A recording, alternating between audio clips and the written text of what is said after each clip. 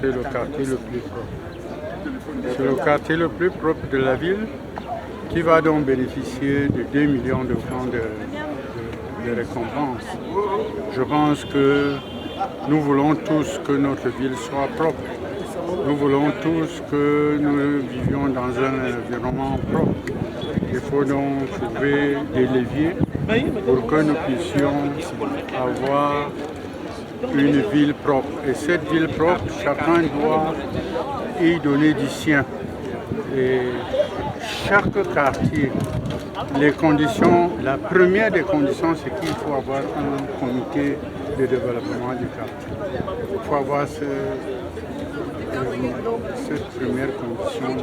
La deuxième condition, c'est qu'il faut que les jeunes du quartier s'engagent à ce que leur quartier soit propre. Il faut que les femmes du quartier s'engagent à ce que le quartier soit propre.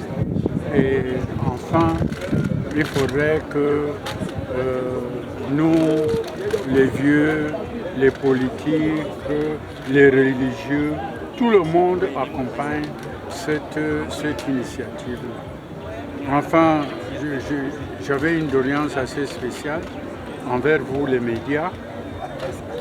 Je vois des éditions, des compétitions qui sont à leur première, deuxième, troisième édition, qui ont plus d'impact, plus d'écho dans les médias qu'une compétition qui a 41 ans, sans interruption.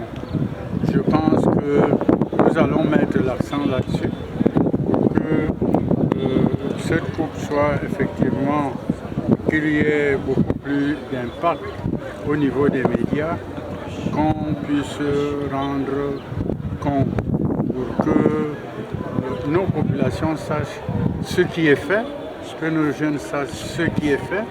Ce n'est pas seulement le football, il y a le football bien sûr, et il y a le village le plus propre, il y a le quartier le plus propre, et il y a les établissements les plus performants. Je crois que nous sommes là dans une phase où nous devons tout le temps rénover.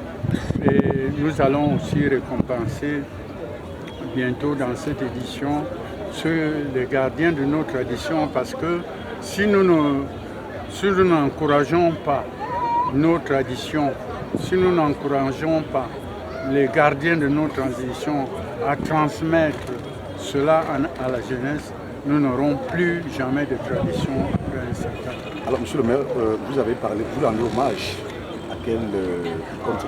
On rend hommage à un éminent professeur d'université, malheureusement ou heureusement cette fois-ci, qui est Dengar Benin. C'était l'un des plus éminents professeurs d'histoire politique du Cameroun. C'était le professeur Adalbert Owona, que nous avons perdu il y a bien longtemps, et qui a été le premier directeur noir de l'école normale supérieure de Yaoundé. Donc après les Européens qui ont fondé cette école, ça a été le premier directeur noir de l'école normale supérieure. Ça a été aussi le conseiller technique du secrétaire politique de l'UNC dans le temps. Je crois que c'est quelqu'un qui s'est essayé dans la littérature, dans l'histoire, et qui a beaucoup travaillé pour former nos enseignants, nos jeunesses. Les enseignants, la génération d'enseignants que nous avons maintenant sont ses élèves. Donc nous allons lui rendre hommage pendant toute cette édition, la 41e édition, parce que c'est son édition